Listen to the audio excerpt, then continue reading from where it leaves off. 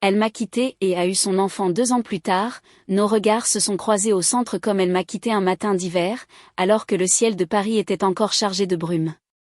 Je croyais que notre histoire pouvait résister aux tempêtes, mais elle avait déjà pris une autre route. Quelques mois plus tard, j'appris par hasard qu'elle avait eu un enfant.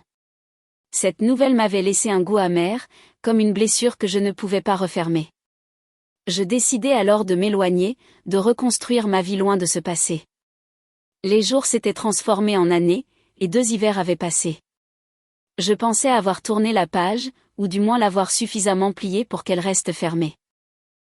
Pourtant, un après-midi de printemps, au cœur d'un centre animé près de la place de la République, le destin choisit de me rappeler que rien n'est jamais vraiment effacé.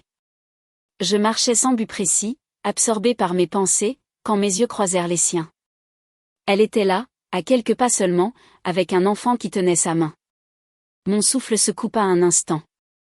Elle n'avait presque pas changé, son visage portait toujours cette douceur familière, mais il y avait dans son regard une profondeur nouvelle, celle d'une femme qui avait traversé des épreuves et trouvé une autre forme de force.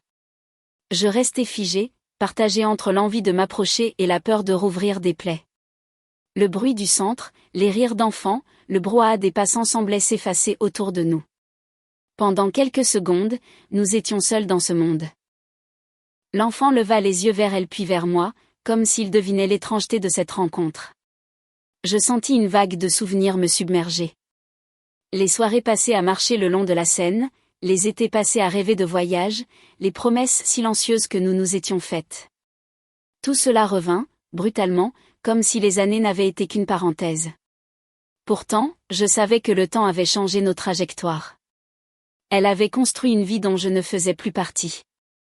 Moi, j'avais appris à vivre autrement, à trouver dans la solitude une forme de sérénité. Nos regards se croisèrent encore une fois, longs et lourds de tout ce que nous ne pouvions pas dire. Puis, comme si le monde reprenait soudain sa vitesse normale, elle détourna les yeux et reprit sa marche, guidant doucement l'enfant à travers la foule.